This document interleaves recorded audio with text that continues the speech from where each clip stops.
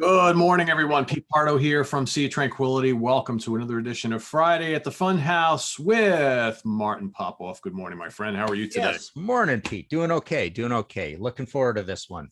There's Yeah, some so this is interesting concepts here. another part two, right? So this is part two of our look, what we call first in, last out. Bands who are no longer recording. We're kind of doing a comparison of their very first album, their debut, and the last thing they ever did, and how they compare. Are they similar? Are they really different? There's one great, there's one suck, whatever. But there's some. It's amazing when you actually go and do the research. There's a lot of cool examples of this concept. So we covered some really cool ones. We had 10 for you the first episode. If you haven't seen that, you may want to go watch that first and then come back to this one. And Martin's going to kick us off with his first choice of the day. Okay. I hope it's 5, not 10, right? 5. Yeah. Well, but I mean, altogether, we had 10. That's what I mean. Oh, okay. Freaked me out there for a minute. All right. That's like Monsters Den episode. We got on and Chris Allen was like, we are doing the David Cronenberg movie review tonight. Yes, we are. Yeah. All right. So I went in reverse order from not so much different from the debut to the end to radically different from the debut to the end.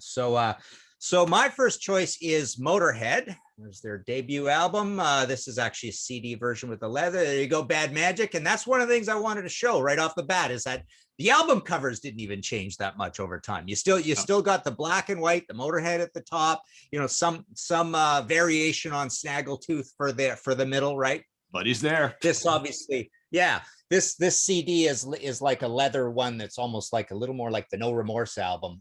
But obviously when it first came out, it was all just white. And, I think Motorhead's one of these examples of a band, very few examples out there in the world until later, who tried to record badly on purpose a little bit. They wanted a lot of dirt in their sound, and this is certainly the dirtiest one. They probably didn't want it to come out this dirty. This was just the result of like an all-night speed session where they were sent in to do a single and they came out with a whole album kind of thing. But essentially from here all the way to Bad Magic, August 28th, 2015, it's their 22nd album. They didn't really change their sound all that much. There were a few variations within there. You had the Brian Robertson album and you had the corporate Sony albums. But afterwards, they kind of settled in. Both albums are power trio. They settled into, the signature Motorhead sound. They put out a lot of records, a lot of quality. Bad Magic is no exception. It's a great record with a lot of quality. You've got the very fast ones. You've got a little boogie rock on there with Firestorm Hotel, which, takes you back to the early days a little bit. Lemmy still sounded like Lemmy. He was sick by this point, but his voice really wasn't all that different than the way he did it, way back in 1977. This is a band, it's always one of those cliche bands that's brought up all the time, like AC/DC or the Ramones or Status Quo. It's always those four, right? That are brought up as the bands that just stuck to one thing and did it well. You can't fault them when they get to Bad Magic, and it's really not a whole lot different on the whole sound, on the product mix of the fast ones, the slower ones, the boogie ones, the ones with a little bit more roots to them, the ones with a little more punk to them. You get it all on Motorhead. And that was the end of a nice run with Aftershock 2013, The World Is Yours 2010. They were making a lot of music at that point, and Bad Magic is just as good as all of those records. If it ain't broke, don't fix it, right? Yeah, absolutely. I mean, I'm a big fan of Bad Magic. I think it's a fine album, and as history shows, that's the way they went out. That's the one they went out with, and it's a pretty good one. A band, I mean, you said it all. I mean, a band who stuck to the formula. It was a winning formula. It always worked. We always knew what to expect. And granted, there are people who are like, they made the same albums over and over and over again. I'll just stick to the early ones. But I think there's a familiarity that you get with bands like Motorhead, with AC/DC, with Status Quo, and you just that's what you want to hear from. There's enough little differences, enough different melodies, choruses are different. Maybe you got some more interesting guitar solos than the last, but it all sounds like Motorhead, and that's comforting for a lot of people, right? Yeah. One more point to make. I won't go into this. It's a huge debate. Maybe we can have a whole show on it at some point. But there's this idea that this is one of those bands that if you took any of these songs off of the last bunch of Motorhead albums and parachuted them in onto the albums everybody say are the greatest albums of all time. It's got to be Ace of Spades. It's got to be Overkill. It's got to be Bomber, whatever, or Another Perfect Day. If you took any of these songs and parachuted them into those albums, this is sort of a theory I have about this new music, right? You would probably say as a kid right there in 1978 or 79 or whatever, that is the greatest song on this album. And that's something Lemmy just fought to his grave, this idea of everybody romanticizes the old records, but if you go play the old records, they're pretty raw and simple compared to, they came up with a lot of great ideas over these last albums that are better ideas and more complicated and more sophisticated riffs and all that kind of stuff than they did in the old days. And it's again, it's a long argument, but I have this one with people a lot. I mean, you're absolutely right. And I just, I got into these discussions in the comments section of the review I did of the new Styx album, right? Because you get all these people who are like, comparing everything that either Dennis or the Styx band have done to Grand Illusion, Pieces of Eight, and that stuff. And I know we all grew up on that stuff. I know we all love that stuff, right? Because we know it. It's just the same thing talking about Bomber and Overkill, all those albums. We grew up on that stuff. It's part of our DNA. But that doesn't mean that newer material can't be as enjoyable on a different level. I think a lot of people tend to forget that back in the 70s and the 80s, we were kids. What else did we have to do but go to school and listen to music, right? And we listened to those albums over and over and over again. Fast forward now, we're all adults. We have jobs and careers and kids and families. We don't have, well, some of us don't have all day to listen to music and get to know these albums as well as we did back then. So it's really different. And I think people tend to forget that. It's just they'll listen to a new Motorhead album, they'll listen to it twice and be like, this isn't as good as Overkill. That sucks. Meanwhile, you listen to it twice. But back when you first got Overkill, I'm sure you didn't think it was the greatest thing since sliced bread the first 2-3 times you heard it, right? But you listened to it over and over and over again for probably a year, because that's what we did back when we were kids. And I think people really forget what it's like to spend a good amount of time with a piece of music, like with an album or a song or whatever it might be. And that maybe in our advanced age, we just don't have that kind of time, but we shouldn't discount that something new from a classic band is worthwhile and worth our time and worth investing in, right? People, people don't have a lot of attention span nowadays. If something doesn't grab them on first listen, they've already cast it off. It sucks. It's like, well, I bet you didn't say that about Signals back in the early 80s, right? From Rush.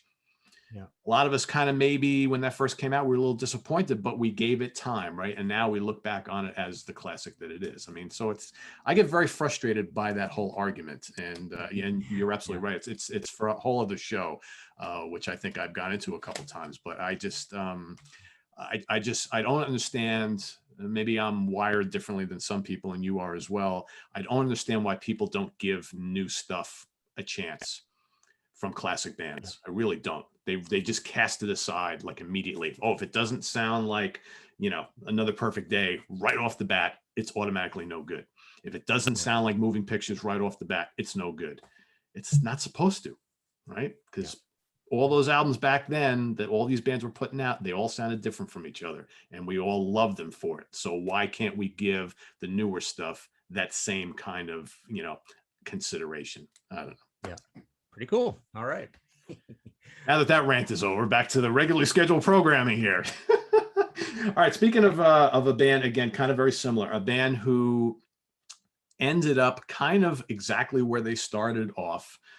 They had some deviations along the way. They broke up for a while, a lot of different lineups. But when it all came down to it, the Allman Brothers, released this album in what year was this? 1969, self-titled debut, right? The classic band, Dwayne and Greg Allman, Barry Oakley, Dickie Betts, J-Mo, Butch Trucks, right?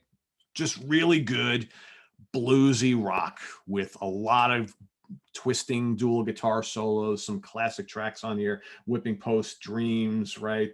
Black Hearted Woman, Trouble No More, considered a classic of the late 60s, right? This is the kind of move from psychedelia into what we now know as classic rock. But this band became a force on the live scene. That's what got them to prominence. the birth of Southern rock, although when you listen to these early Allman Brothers albums, not really Southern rock like we know it, but most people consider them the first Southern rock band. And then, many, many years later, so they go through, obviously the tragedy. You got Dwayne dies, you got Barry Oakley dies, you got, a lot of drugs and all sorts of things. Dickie Betts being the sole guitar player for a little while, then bringing all these guitar players coming in and out. Cher comes into the mix. You got disco and all this stuff. The band breaks up, legal actions, blah, blah, blah, blah, blah. They get back together in the late 80s. Warren Haynes joins the band, solidifying another guitar duo for the ages. Him alongside Dickie Betts. The band releases all these great 90s albums, the comeback tour, right? Eventually Dickie winds up leaving, right? Or gets kicked out, whatever the story is. They bring in a young guy named Derek Trucks, who's the nephew of Butch. Once again, we've got this great guitar duo, him and Warren Haynes. They released their last album, Hitting the Note, in 2003, which for my money is just as good as the early albums. And those 90s and early 2000s records, there's a handful of them, every one of them great. But Hitting the Note, man, Firing Line, High Cost of Low Living, Desdemona, Rockin' Horse, Old Before My Time, just great Allman Brothers anthems in the same bluesy, rock style with that little Southern flair. Tons of great guitar solos, great vocals from Greg Allman, Hammond organ. And I know myself as a fan, and I've been a fan for a good chunk of my life. They were still touring heavily after they released this album. I was like, when are we going to get another album? When are we going to get another album? And then of course, Greg dies, and that's the end of the Allman Brothers band. But not a lot different between this and this. And again, goes back to the whole thing. How many longtime Allman Brothers fans who were really into them in the 70s and maybe kind of lost touch, perhaps never even heard these albums, and man, what they are missing. So really, Seven Turns and Where It All Begins and this one. So, interesting to look at this catalog. And for my money, the post-reunion albums from 1990 and on, in my opinion, are just as strong as those couple from the 70s that most people think are the greatest. Idlewild South, the debut, Brothers and Sisters, great classic albums, Eat a Peach, the Fillmore. But I think the 90s and the later albums are just as good. It's a shame. Yeah, and a band like that they pride themselves on being traditional and being players and playing a traditional music. It's pretty much expected that that they're going to stay that way. It helps out a great album cover too. That has such a cool album cover. Oh yeah, this is awesome, right? All those signals help you out. Yeah. Yeah, I love elephants anyway. So yeah, I remember when that came out. I was like, that's the coolest thing ever. Yeah, and they never deviated really all that far all along the way. So you're right. That's a great lesson in just embrace the whole catalog. Yeah, a couple of those late 70s albums are kind of popping, kind of slick, but still, it still sounds like the Allman Brothers band. When you got Greg and Dickie, manning the helm and singing, it's hard not to. Yeah. All right. My next choice is this band right here, Budgie. There's my original copy that I bought back in 1977, which is a long time after it came out. It came out in 71. There's the band looking like Rush. So power trio from Wales, and of course this is a Cardiff Whales, and this is a one of those pioneering early heavy metal albums produced by Roger Bain. Pretty heavy, but pretty not as advanced as Sabbath, I would say, in terms of what they do across the expanse of the album, but definitely they were noted and known right off the bat for being this new heavy metal band. And then you go later, they kind of had two endings. They had Deliver Us from Evil, which is a really dark horse album that I happen to like a lot. People are kind of surprised by that because obviously the classics are always considered more or less bandolier, maybe In for the Kill. So they had that one ending, but this is the real ending. You're all living in cuckoo land, right? So there you go. They end with another quixotic, weird, inscrutable title, just like the Nude Disintegrating Parachutist Woman, or Homicidal Suicidal, or Rape of the Locks, or All Night Petrol. So they Burke was always like that. He was quirky. They start with a Budgie on the cover, they end with a Budgie on the cover. Musically, they're a power trio as well, so they end as a trio.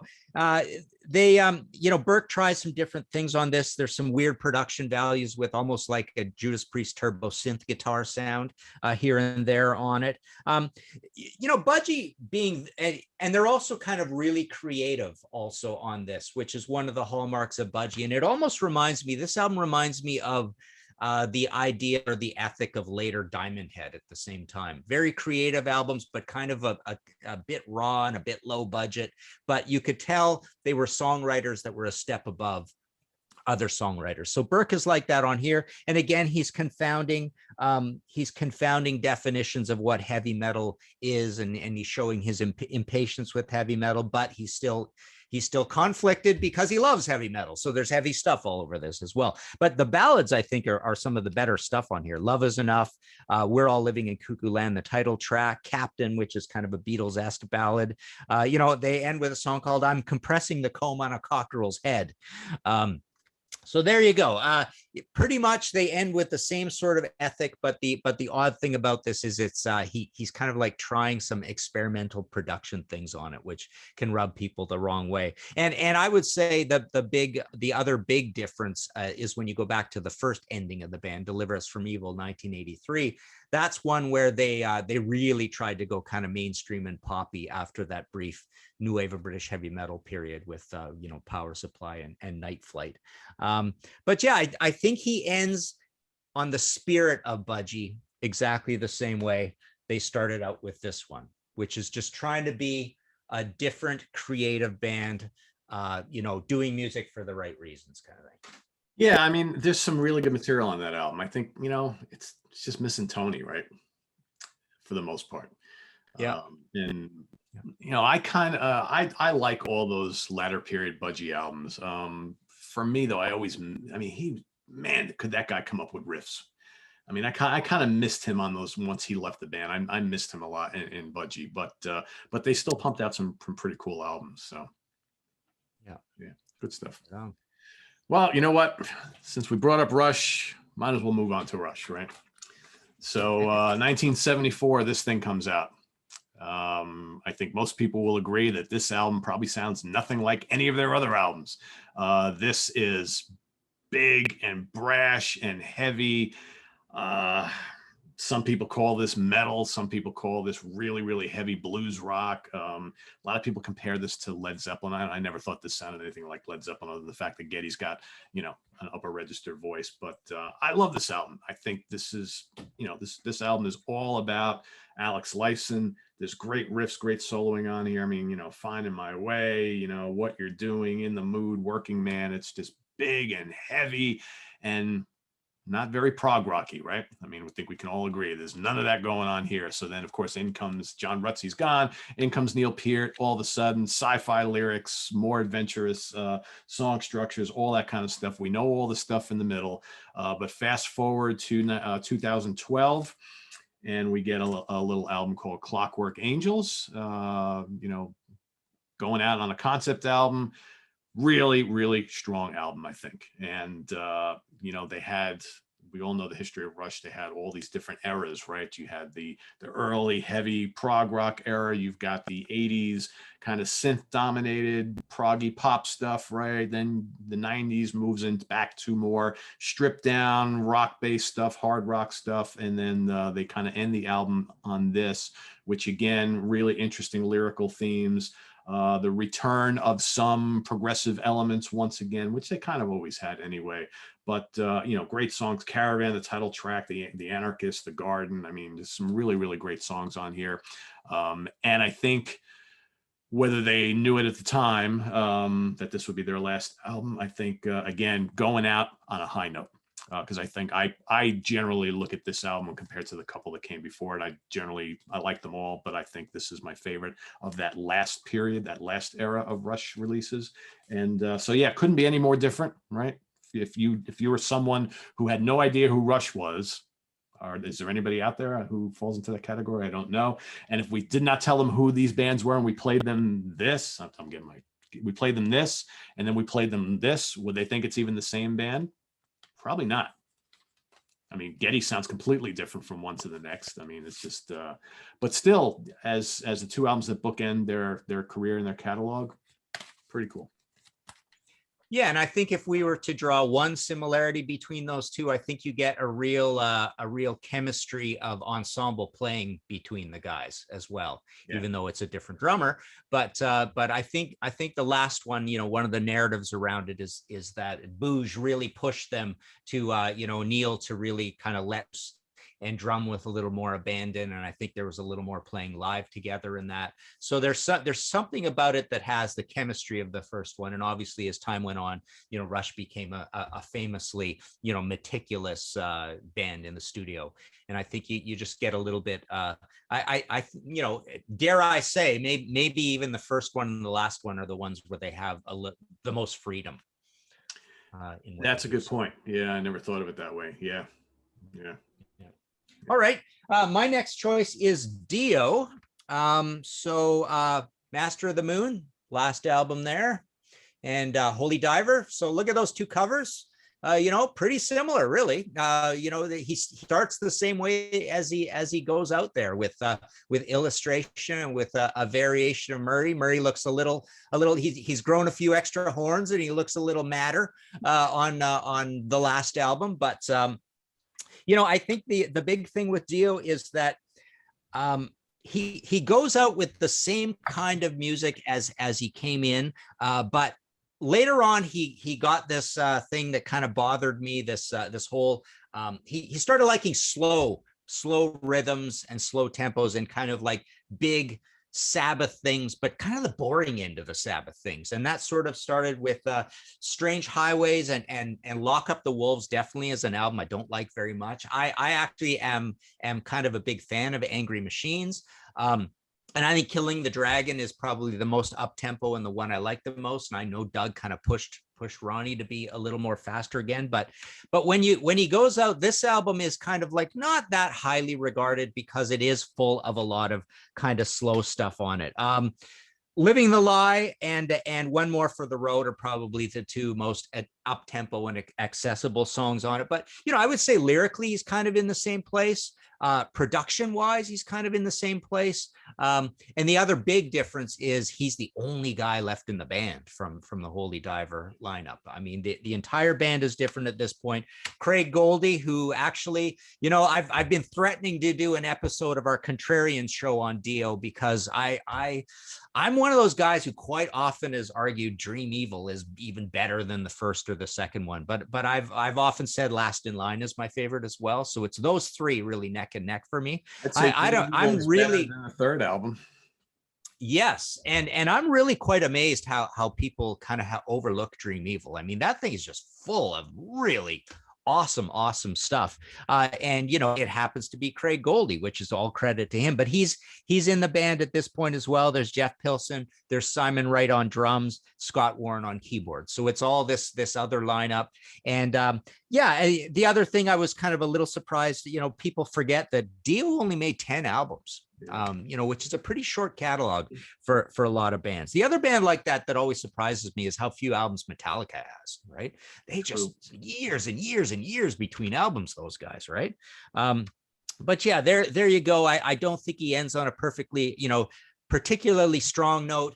And I don't think people are really all that much fans of Magica for exactly the same reasons. It's both the last two albums. He's just into this slow thing, and he's also like that in the Heaven and Hell band as well. You know, and I'm just not a big fan of slow Dio. That's why I like Killing the Dragon as my favorite.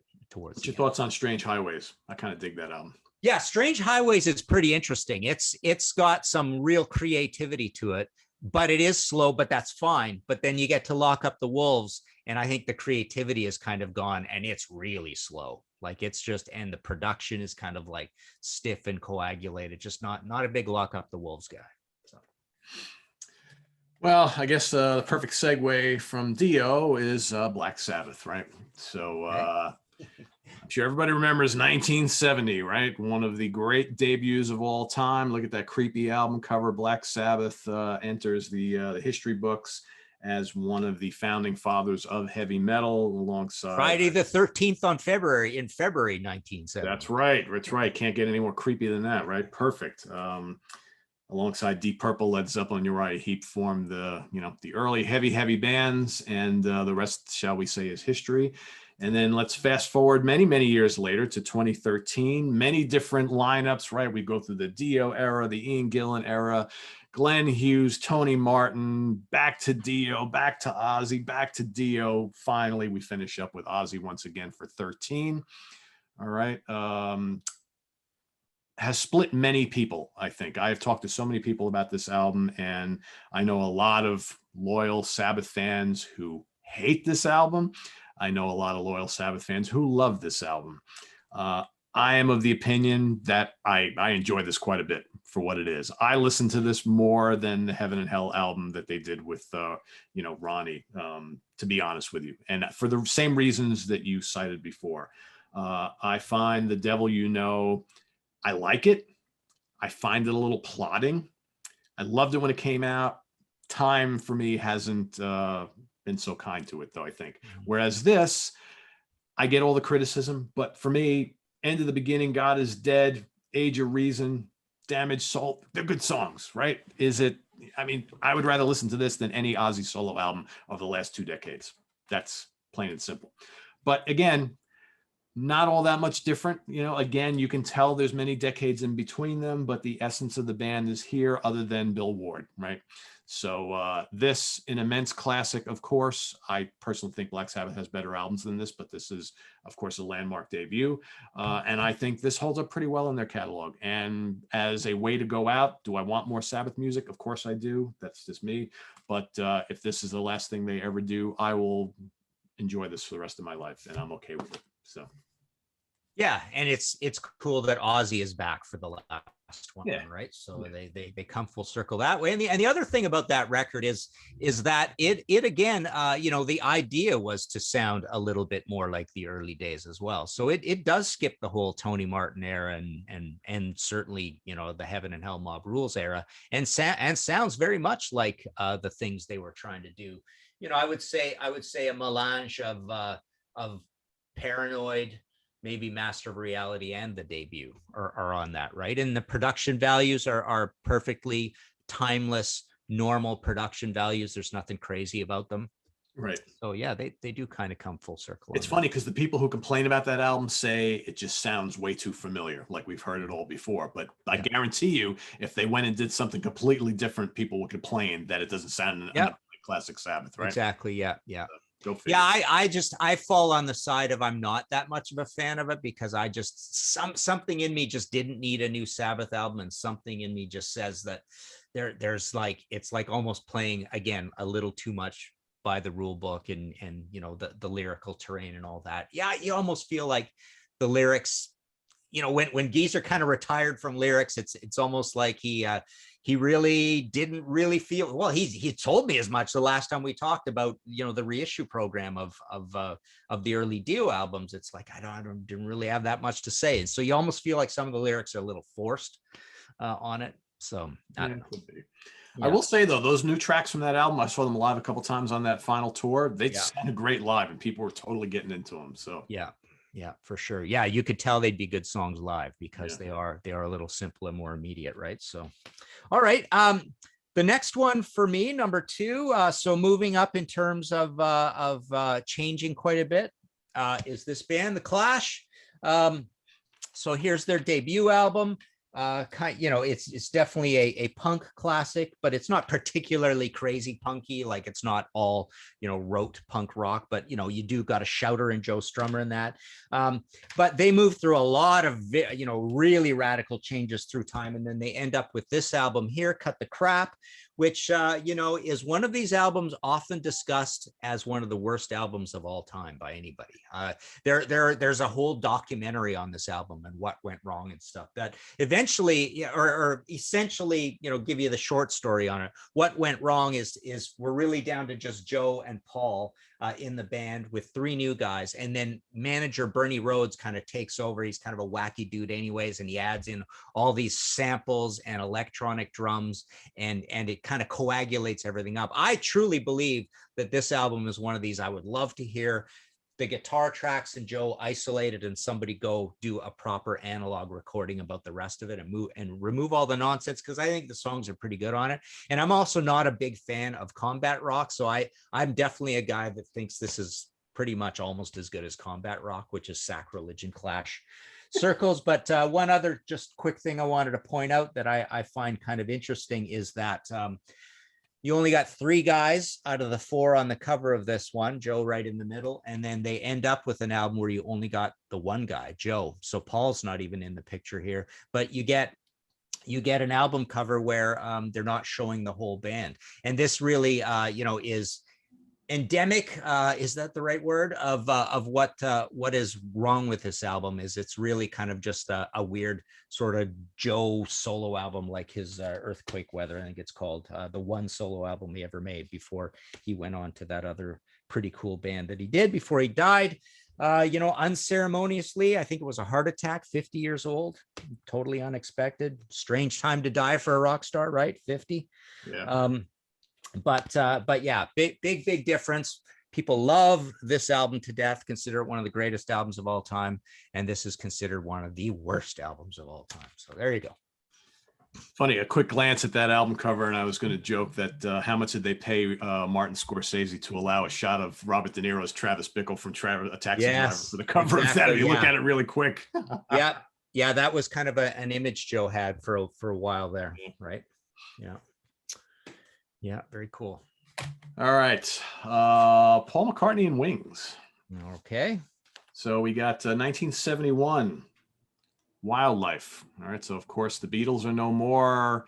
He and Linda released the Ram album, and then he decides to put together a band with Denny Lane and Henry McCullough, and the rest is history. Humble beginnings, though. So the Wildlife album came out. I don't remember this doing blockbuster business. Of course, it sold fairly well because it was Paul. But if you're a fan of the Wings band, obviously, one of the big bands of the 70s with a ton of hits, lots of big, huge tours.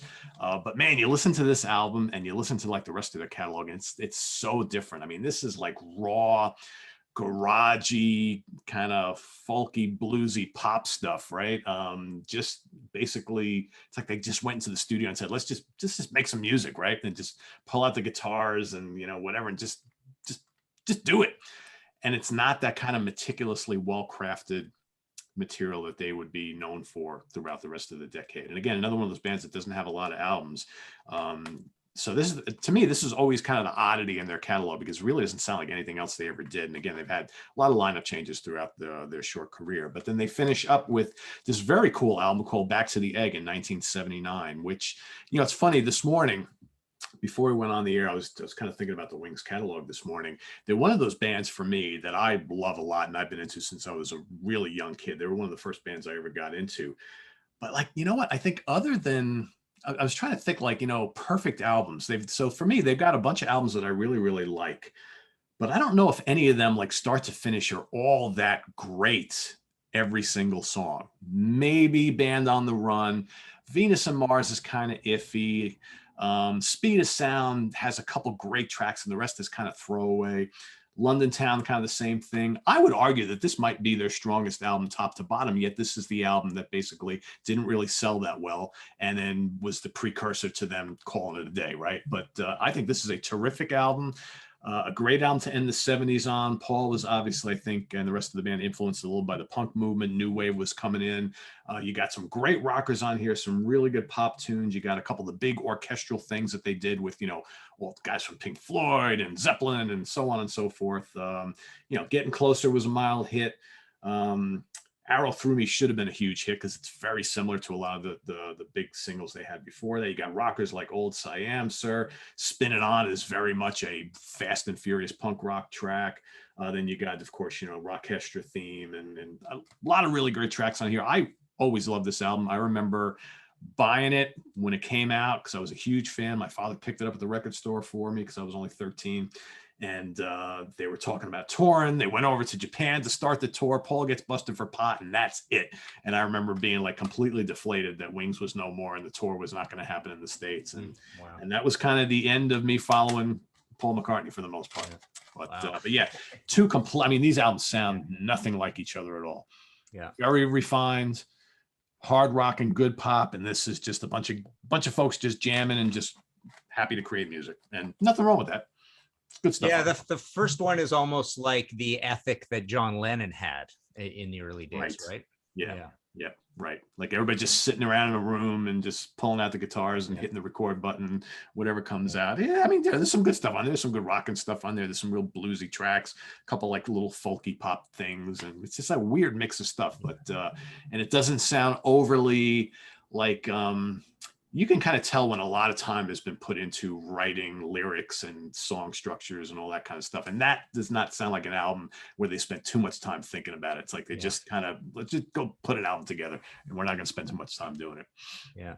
And I agree. I think Back to the Egg just might be the best one. I mean, and I also agree with the idea that, because they tried so many different things and they were so provocative in their poppiness, and even going back to the whole dance hall thing, the same way that Queen did that, right? There's the parallels there of, Paul will go right back to his past to do songs, right? He's not afraid. And all the different strings and brass and all that sort of stuff, all the little sound effects and doodahs and that. So it's always easy to find songs that rub you the wrong way, sort of thing, with those guys. But true band. Yeah. All right, my last choice is the most radical change, and I don't think you could even find somebody who, had more changes than this in their career. Obviously, famously the chameleon of all time, David Bowie. There's a kind of an alternate cover for the debut. This is a compilation that has the debut and a bunch of other stuff. I think it's 66 to 68 on this. The debut was just called David Bowie. And even the second one was called David Bowie. And then long story, it got renamed Space Oddity and all this stuff. But the debut is a really funny album in that it almost reminds me of an even more childlike Syd Barrett. It's almost like a very behaved and polite and happy time, polite psych album, almost like a psych album that you would make in your living room with your parents around, kind of thing, right? And it reminds me a little bit of soft, humorous Kinks as well. Well put together. Big Jim Sullivan is like kind of the guitar, the legend who's in there. But there's also a lot of orchestration and stuff. A lot of very colorful, plentiful David Bowie lyrics on there. But it's basically him looking for a direction, and he would obviously change the direction so many times over time, and he'd even change direction by the next album, and then quite a bit by the next album, Man Who Sold the World, his quote unquote hard rock album, right?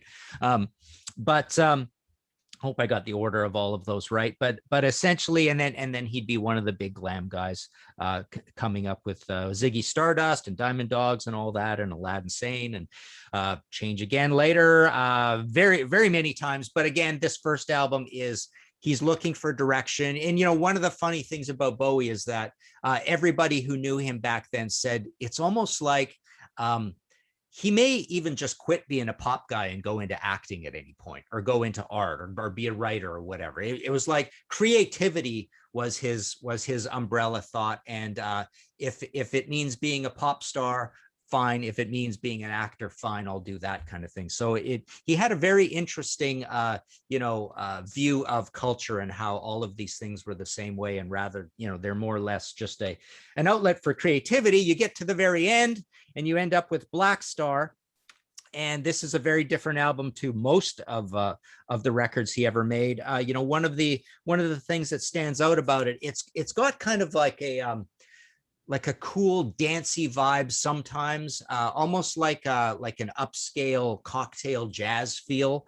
But it's also very kind of dark and krautrock as well. It's got a fair bit of prominence of, again, one of the only things you can link between these two albums is it does have some brass to it, right? It does have Donnie McCassin, a local guy in New York. Tenor saxophone and flute. You do hear a lot of the saxophone on it, but this record, it almost sounds like, and it actually closes with a couple of songs, Dollar Days and I Can't Give Everything Away, that you could almost hear in a different arrangement, and you could almost go all the way back to the first album and stick it on there as a song that would fit. One of the things I thought that was kind of interesting, having talked about Motorhead earlier, is the idea that Lemmy started in '69. and ended in 2015. He died at age 70. David Bowie started in 67 and ended in 2016, died at age 69. They died 2 weeks apart. And they had roughly the same amount of albums to their careers. Lemmy, 25, depending on what you include. If you include Sam Gopal, that's what I'm calling the first Lemmy album. So 1969 for Lemmy to start off. He does that. Then he goes to Hawkwind to Motorhead. And David Bowie, 27, maybe if you count Tin Machine, 25 albums. So they both had kind of the same amount of albums.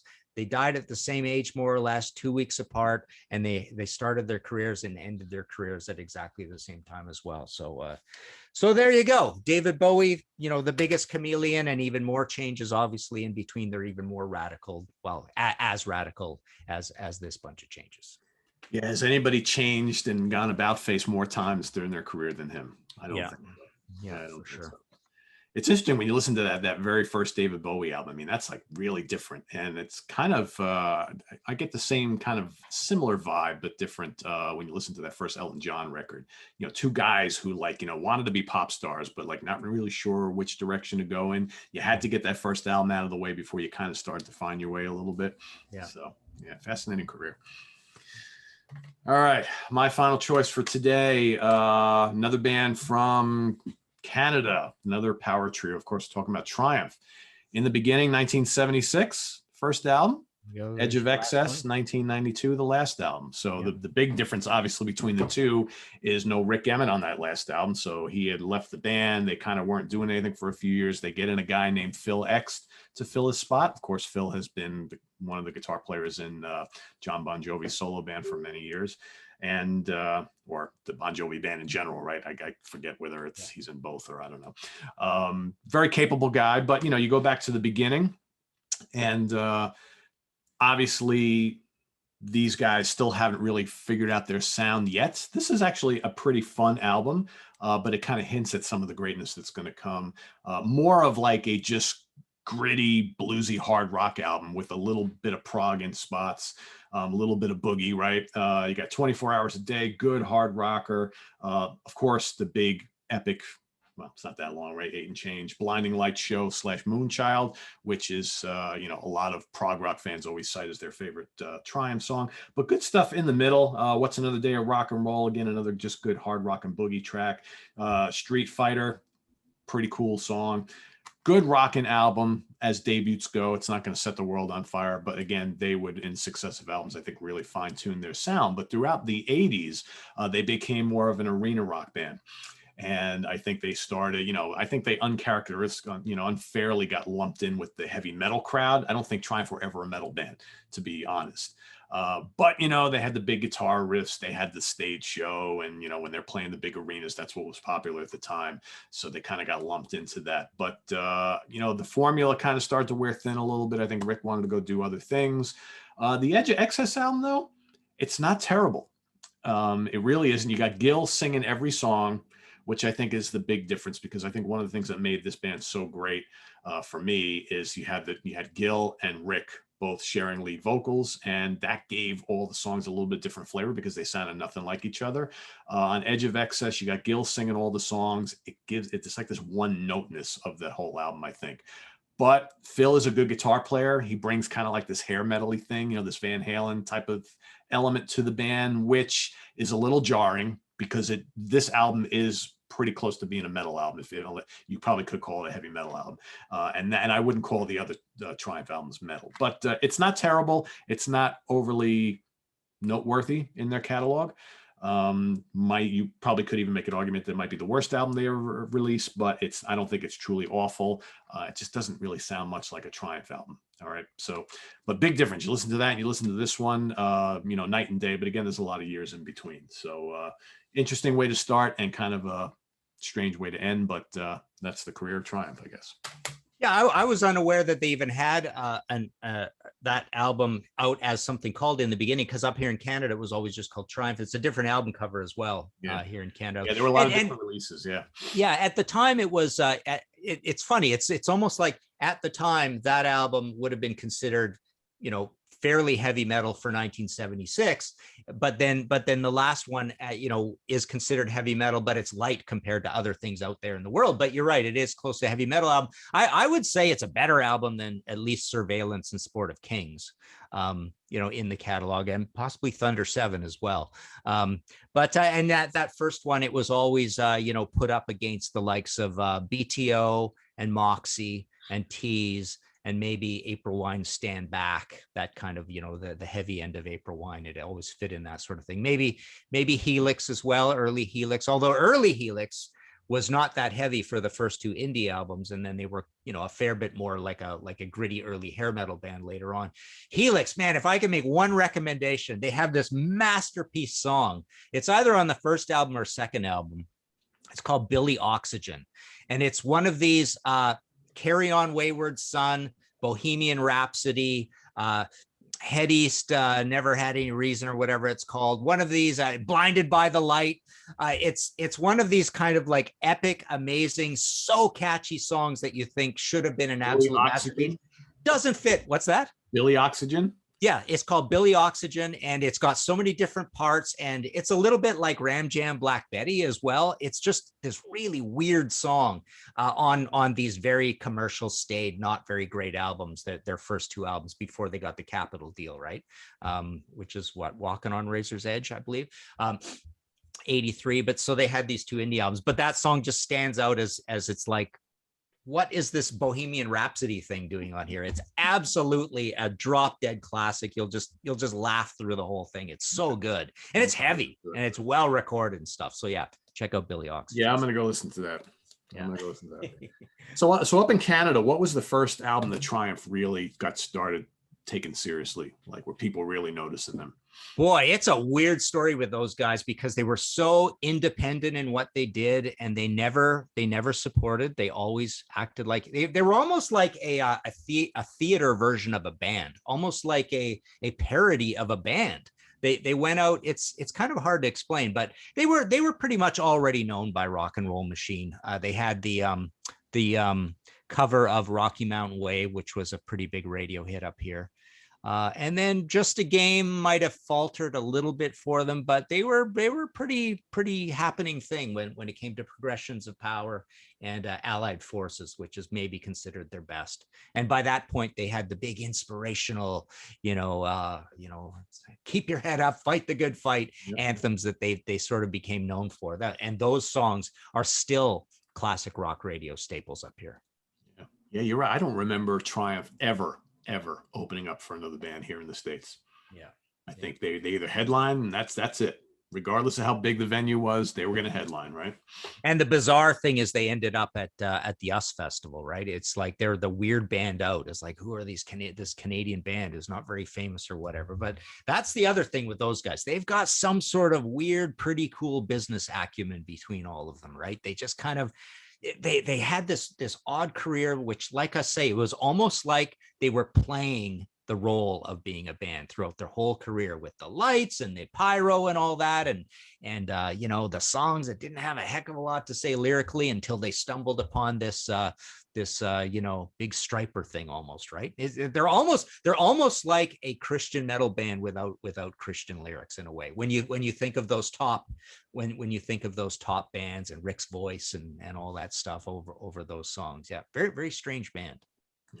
Yeah, I always dug them. I saw them live quite a few times back in the day.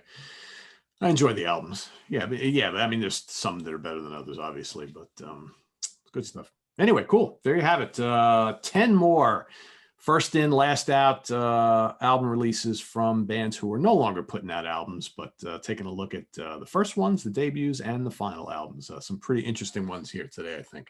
So want to thank Martin once again for doing the homework with me here for this another edition of Friday at the Funhouse. We've got more stuff coming at you next week, so stay tuned for that. And a lot more here on the channel.